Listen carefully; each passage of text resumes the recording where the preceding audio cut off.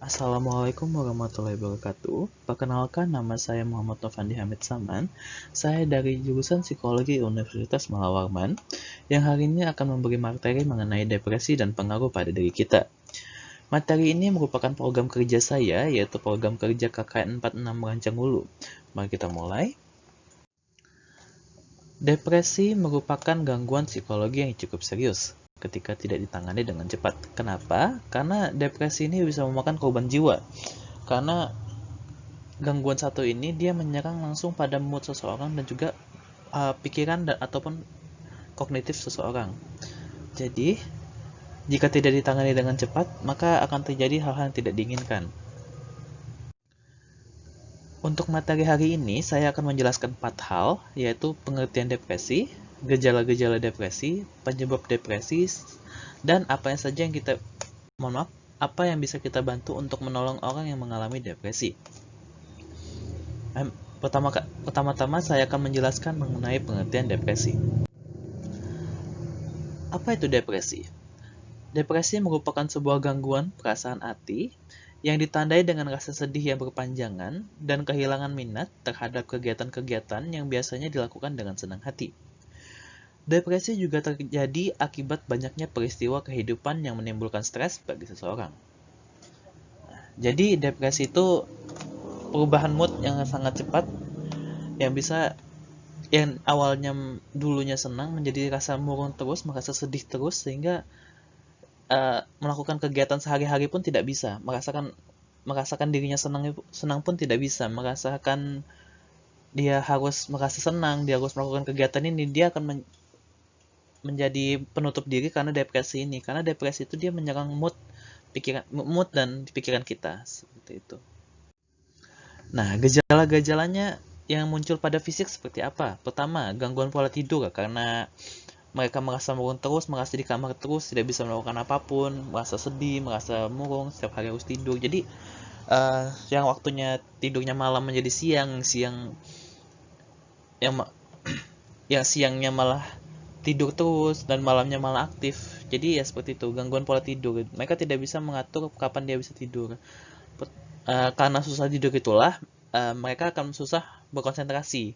Nah, di sisi lain mereka susah berkonsentrasi karena mereka terlalu banyak hal yang kacau dalam hidupnya, sudah tidak bisa diapa-apain lagi, sudah kacau hidupnya, sudah nggak, merasa tidak bisa ngapa-ngapain, merasa tidak kuat lagi untuk hidup seperti itu, merasa tidak berguna atau putus asa. Nah, karena pikiran negatif yang muncul dalam pikirannya, di pikiran negatif itu malah mengganggu perasaannya atau moodnya, sehingga dia merasa aku tidak berguna.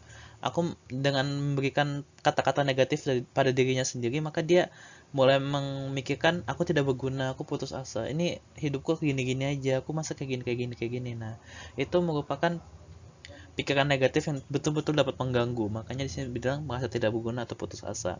Mudah merasa capek karena banyak pikiran, karena sangat banyak pikiran yang benar-benar mengganggunya, yang bikin dia merasa tertekan karena stres tadi. Dia jadi mudah capek, jadi tidak, lemas sekali aja, nggak bisa ngapa-ngapain. Ditambah dengan gangguan pola tidur yang tidak teratur, sehingga dia mudah merasa capek, lebih capek lagi lebih dari biasanya.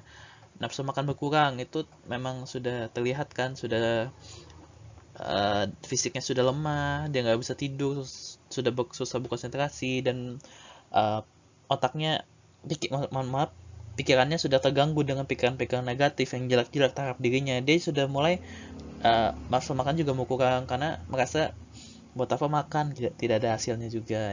Yang keempat, merasa tidak dapat tenang. Jadi selama dia sehari itu, walaupun dia di kamar terus, dia bukan merasa rileks atau tenang, akan tetapi dia malah merasa lebih tegang lagi, merasa setiap hidupnya tuh mengerikan, setiap hidupnya tuh harus waspada, nggak boleh tenang sama sekali seperti itu. Nah, selanjutnya, gejala depresi secara mental, kehilangan rasa percaya diri karena dipenuhi dengan pikiran-pikiran negatif yang muncul dari banyak hal, dari banyak faktor. Jadi dia merasa, kenapa aku jadi gini sih, aku jadi lemas, aku jadi nggak bisa ngapa-ngapain, aku nggak bisa gini, aku nggak bisa itu. Dia nggak bisa percaya diri, dia nggak punya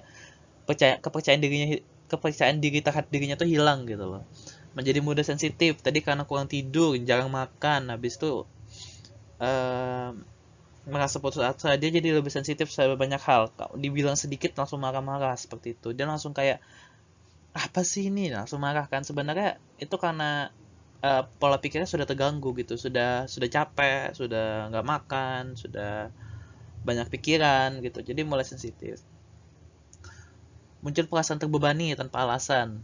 Nah, ini karena munculnya stres-stres tadi, yang banyak stres yang muncul dalam hidupnya itu, dia langsung kayak merasa, kenapa aku banyak betul sih beban hidup? Nah, kenapa sih aku terbebani banget? Nah, itu karena stresnya ngumpul itu, karena stresnya ngumpul, dan makin lama dia belum menyelesaikan semua stres-stresnya itu, dia makin ngumpul, makin ngelengkep. Ini kenapa bebanku masih itu? Kenapa?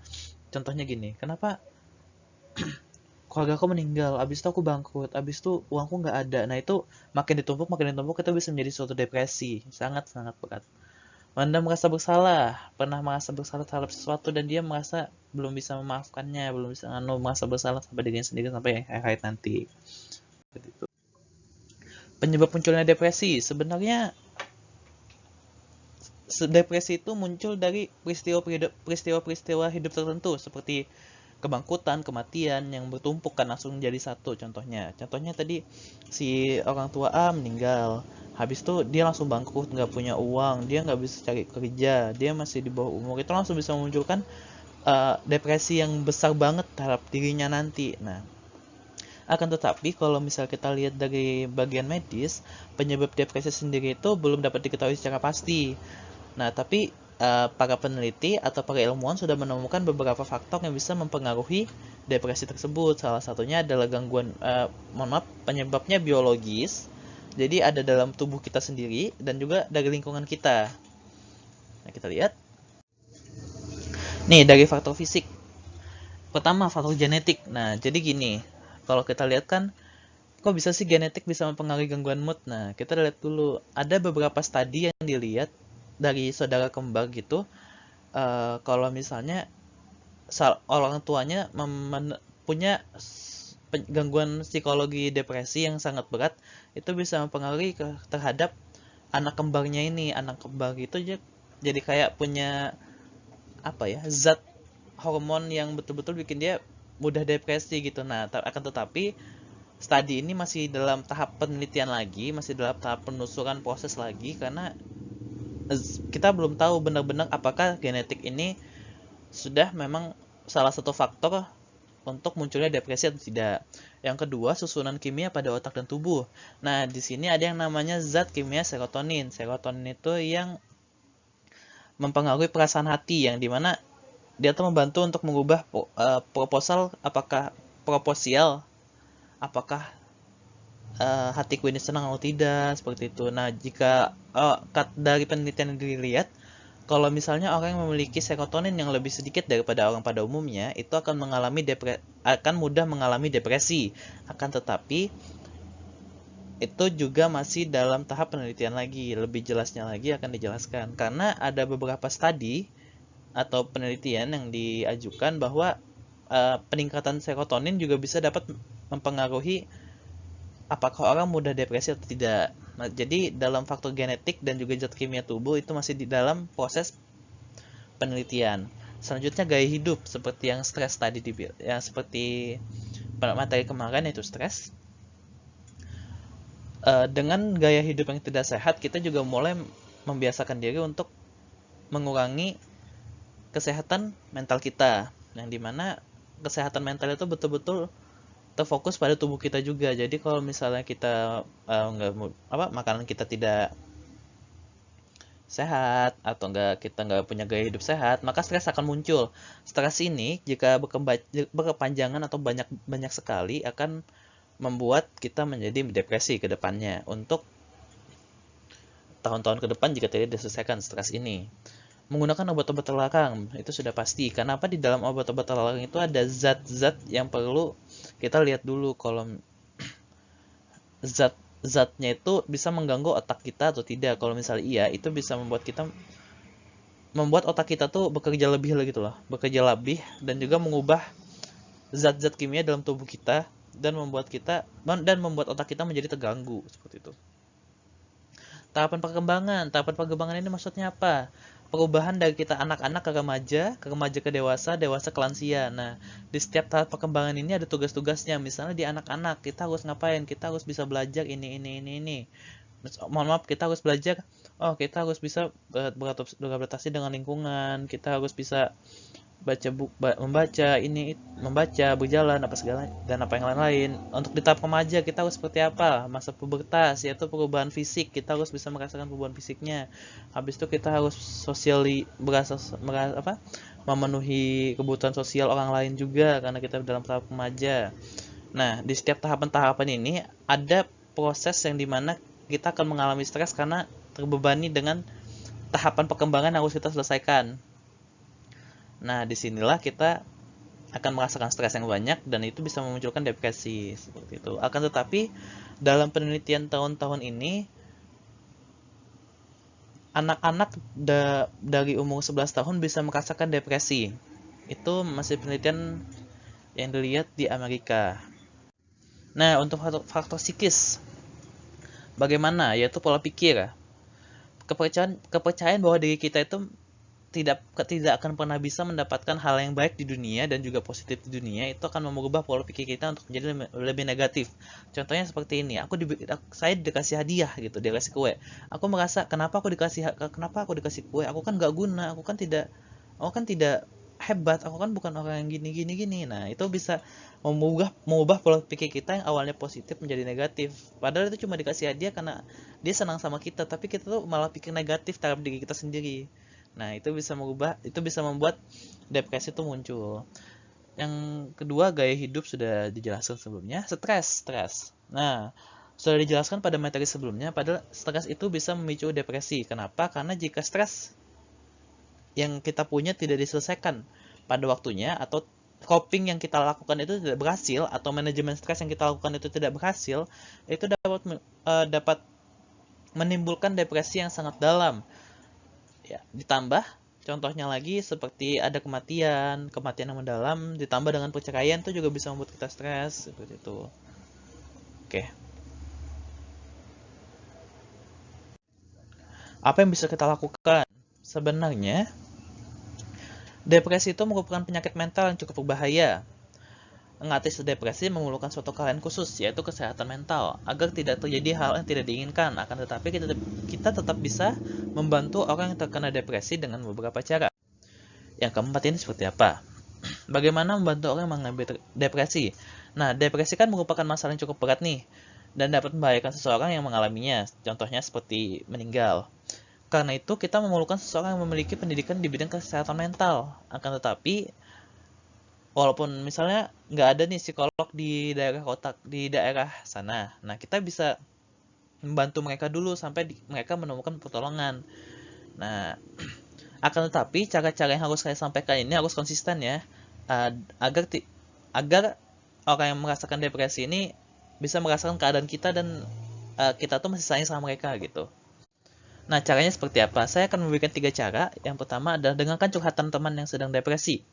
Mengapa? Karena depresi itu betul-betul masalah hidup yang dia tuh sudah menyerah seperti itu. Jadi tolong kalau misalnya ada teman-teman atau kerabat yang sedang depresi, itu tolong didengarkan saja. Jangan kalian ngomong, kalian kurang kurang beriman, kurang berdoa. Sebenarnya jangan kayak gitu. Kalau bapak-bapak, ibu-ibu dan kakak-kakak ngomong seperti itu, mereka akan semakin sakit hati dan semakin depresi. Cukup dengarkan setiap kata-kata mereka saja, tenangkan mereka, kasih air, kasih minum, tepuk pundaknya seperti itu sambil didengarkan ceritanya. Karena kalau bapak-bapak dan ibu-ibu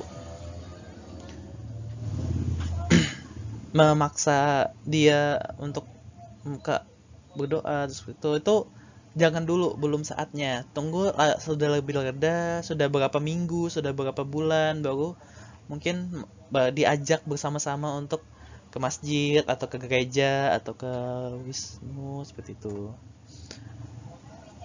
Selalu menjaga komunikasi dengan teman. Nah, ini salah satunya. Jangan lepas komunikasi dengan orang yang sedang mengalami depresi, karena kita tidak tahu apa yang mereka lakukan di luar dari kegiatan yang kita lakukan. Nah, mungkin jangan sampai mereka itu merasakan kesepian yang betul-betul kesepian, bantulah mereka tetap walaupun nih lagi kerja di kebun atau lagi di kantor pemerintahan gitu kan, chatlah teman kalian yang siapa tahu sedang depresi, chat chat mereka seperti kayak, oh iya aku lagi kerja, ada yang mau diceritain kah, mau ketemu atau seperti itu. Dibantulah tetap berkomunikasi, harus konsisten. Nah, yang terakhir membantu teman yang mengalami depresi mencari pertolongan. Nah, jika sudah kalian curhat dan jika memang terlihat berat sekali, tolong untuk dibantu untuk pergi untuk ke psikolog untuk lihat apakah memang teman yang sedang mengalami depresi ini sedang betul-betul depresi berat atau tidak, atau bagaimana kita bisa melihat kalau ini bisa kenapa-napa atau tidak, karena orang-orang yang depresi itu perlu pertolongan yang sangat-sangat banyak dari lingkungannya, terutama kerabat-kerabat dekat seperti itu. Nah, perlu saya ingatkan kembali bahwa penyakit mental ini bisa menyerang siapa saja, tidak melihat umur, jenis kelamin, ataupun pekerjaan. Jangan sampai kita tidak membantu teman-teman yang mengalami penyakit mental karena penyakit mental sama membahayakannya dengan penyakit fisik lainnya. Jadi, dengarkanlah masalah-masalah yang dialami oleh orang yang pernah mengalami penyakit mental ini dan mendukung mereka untuk menjadi lebih baik lagi. Serta janganlah kita melakukan diagnosa sendiri. Contohnya gimana nih? Kalau misalnya kita mau melihat aku depresi atau tidak, itu jangan kayak gitu. Akan tetapi biarlah temanmu yang lihat, biarlah teman bapak ibu, kakak-kakak yang lain yang lihat kayak, oh aku lagi kenapa ya? Aku lagi nggak bisa tidur, aku lagi susah konsentrasi, aku nggak nafsu makan. Aku mau nanya temanku, nah besok aku mau cerita kenapa ya selama beberapa hari ini aku kayak gini. Aku coba ingat-ingat kenapa ya aku kayak gini. Nah, ya yang bapak ibu dan saudara-saudari ingatkan itu tuh kasih tahu ke teman-teman, aku kemarin gini gini gini loh, aku kenapa ya, aku kok nggak bisa konsentrasi, aku nggak bisa tidur, aku nggak bisa makan. Kemarin itu aku pernah apa melihat sakit hati gitu, kayak aku sakit hati aja, kayak ditinggal sama pacar, habis itu kakekku meninggal, habis itu aku bangkrut, nggak punya uang lagi. Nah, silahkan untuk ceritakan setiap masalah-masalah yang betul-betul berat seperti tadi dan betul-betul bisa mengganggu konsentrasi atau betul-betul bisa mengubah perilaku gaya hidup kita, pola hidup kita ke orang-orang, biarkan orang-orang yang melihat apakah benar-benar kita bisa membantunya atau kita perlu langsung ke psikolog seperti itu. Nah, sampai situ saja. Terima kasih sudah mau mendengarkan materi hari ini. Dan semoga kita menjaga kesehatan mental kita dan mendukung kerabat kita menjadi sehat secara mental juga. Terima kasih. Salam dari saya. Jika ada yang ditanyakan silakan ditanyakan. Wassalamualaikum warahmatullahi wabarakatuh.